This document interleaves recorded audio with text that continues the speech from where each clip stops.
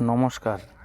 আগামী 2রা বৈশাখ ও 3রা বৈশাখ মুরাস্তি জোড়পুকুর মায়ের শীতলা মায়ের মন্দিরের পুজো।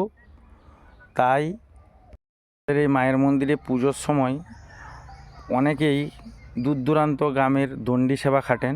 তো দণ্ডি সেবা খাটার পর আমরা একটু শরবত ও ফলের ব্যবস্থা রেখেছি। সেই শরবত ও ফলের জন্য আমরা কিছু মানুষকে বিশেষ দানের জন্য বলা।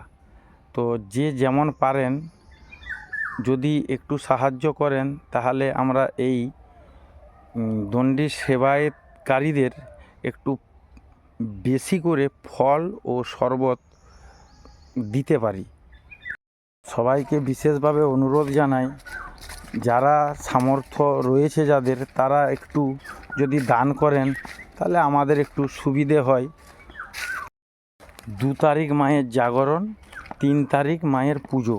3 তারিখ সকাল 6:30 থেকেই দণ্ডি সেবা শুরু হয়ে যায়।